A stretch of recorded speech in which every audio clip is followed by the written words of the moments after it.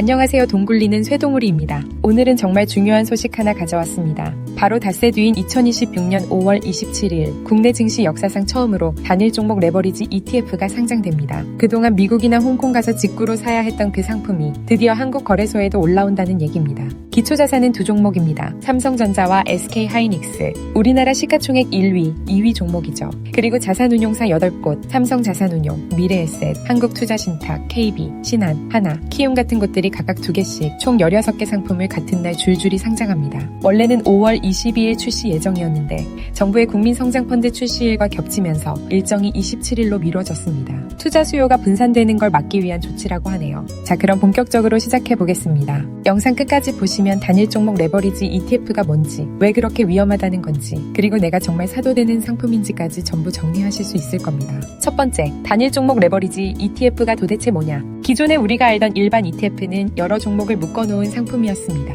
한 종목 비중이 30%를 넘으면 안 된다는 분산 투자 규제가 있었거든요. 그런데 이번 자본시장법 시행령 개정으로 이 규제가 풀리면서 딱 한 종목만 담는 ETF가 가능해진 겁니다. 그것도 그냥 한 종목이 아니라 레버리지, 즉 일일 수익률을 2배로 추종하는 상품이에요. 삼성전자가 오늘 1% 오르면 이 ETF는 2% 오르고 1% 내리면 2% 떨어집니다. 인버스 상품은 반대로 움직입니다. 삼성전자가 1% 내릴 때 2% 수익이 나는 구조죠. 지렛대로 들어 올린다는 의미에서 레버리지라는 이름이 붙었습니다. 수익도 2배, 손실도 2배, 이게 핵심입니다. 두 번째, 왜 하필 삼성전자랑 SK하이닉스만 되는 건가? 이게 또 재밌습니다. 아무 종목이나 단일 종목 레버리지 ETF로 만들 수 있는 게 아니에요. 시가총액 10% 이상, 거래량 5% 이상, 적격 투자 등급, 그리고 파생상품 거래량 1% 이상, 이 4가지 조건을 모두 만족해야 합니다. 2026년 1분기 기준으로 이 까다로운 기준을 통과한 종목은 딱 2개, 삼성전자와 SK하이닉스 뿐입니다. 그 외 종목은 당분간 단일 종목 레버리지 ETF로 만들 수 없다는 뜻이죠.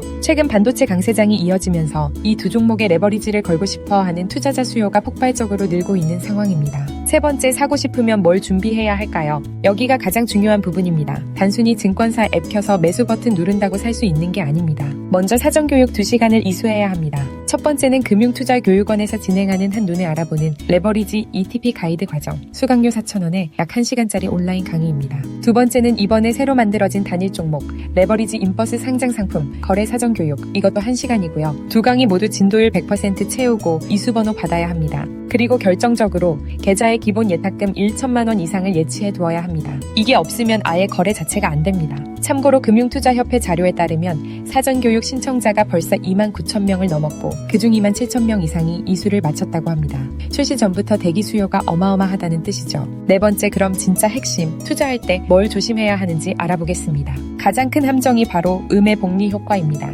레버리지 ETF는 한 달 누적 수익률의 2배를 따라가는 게 아닙니다.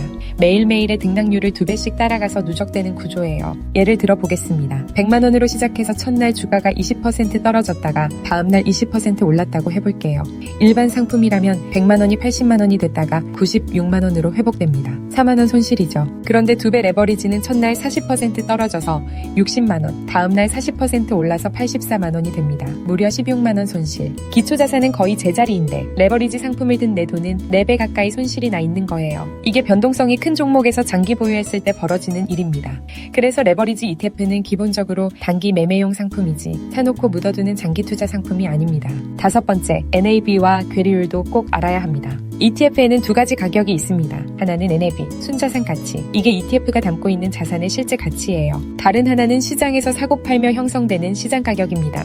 이 둘의 차이를 괴리율이라고 부릅니다. 평소엔 두 가격이 거의 붙어서 움직이는데 매수세가 한쪽으로 쏠리거나 시장이 출렁일 때는 괴리율이 확 벌어집니다. 시장 가격이 NAV보다 비싸지면 진짜 가치보다 비싸게 사는 거고, 반대 상황에서 급하게 팔면 제값보다 싸게 파는 셈이 됩니다. 특히 레버리지 ETF는 변동성이 크고 단타 거래가 몰리기 때문에 괴리율이 더 자주, 더 크게 벌어집니다. 거래하기 전에 한국거래소 통계 사이트에서 괴리율 확인하는 습관을 꼭 들이세요. 1%, 2% 차이가 결국 내 수익률에 그대로 반영됩니다. 여기에 더해 운용보수도 일반 ETF보다 높습니다.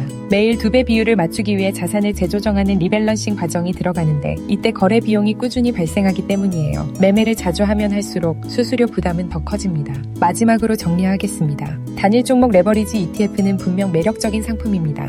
미국 직구 안 해도 된다는 점, 환전 수수료나 양도소득세 신경 안 써도 된다는 점, 일반 주식 계좌에서 그냥 거래할 수 있다는 점, 이런 장점이 분명히 있어요. 하지만 잊지 마세요. 이건 분산 투자 상품이 아닙니다. 종목 하나에 2배 베팅하는 고위험 상품이에요. 음의 복리 효과 때문에 장기 보유에 불리하고 괴리율과 운용보수 부담도 일반 ETF보다 큽니다. 금융감독원도 출시를 앞두고 쏠림 현상과 변동성화 확대를 우려한다고 공식 입장을 냈을 정도입니다. 투자 전에 충분히 공부하시고 자기 자금에서 감당할 수 있는 만큼만 들어가세요. 강의 방향성 매매에 자신이 있는 분들에게나 어울리는 상품입니다. 더 자세한 분석과 상품별 비교는 제 블로그에 정리해두었습니다. 영상 설명란 링크 확인해주세요. 오늘 영상이 도움이 되셨다면 좋아요와 구독 부탁드립니다. 동굴리는 쇠동울이었습니다. 감사합니다.